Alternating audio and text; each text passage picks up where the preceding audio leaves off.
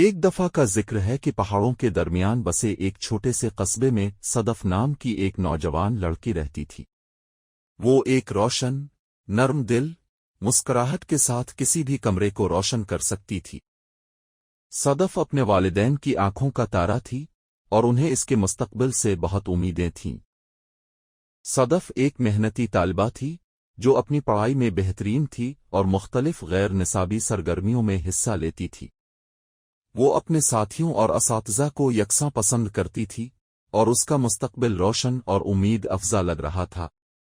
تاہم، جیسے ہی وہ اپنی نوعمری میں داخل ہوئی، صدف کو چیلنجز کا سامنا کرنا شروع ہو گیا جو اس کے کردار اور لچک کو جانچیں گے۔ جیسے وقت گزرتا گیا، صدف نے محسوس کرنا شروع کیا کہ اس کی نئی سہیلیوں کی قدریں اس سے مختلف تھیں۔ وہ اکثر پرخطر رویوں میں مشغول رہتے ہیں، جیسے کہ نابالغ شراب پینا اور منشیات کے ساتھ تجربہ کرنا۔ صدف اپنی فٹ ہونے کی خواہش اور صحیح اور غلط کے فطری احساس کے درمیان پھٹی ہوئی تھی۔ آخر میں، صدف اپنی آزمائش سے مضبوط اور سمجھدار ہوئی، عزت نفس کی اہمیت کے لیے ایک نئی تعریف کے ساتھ۔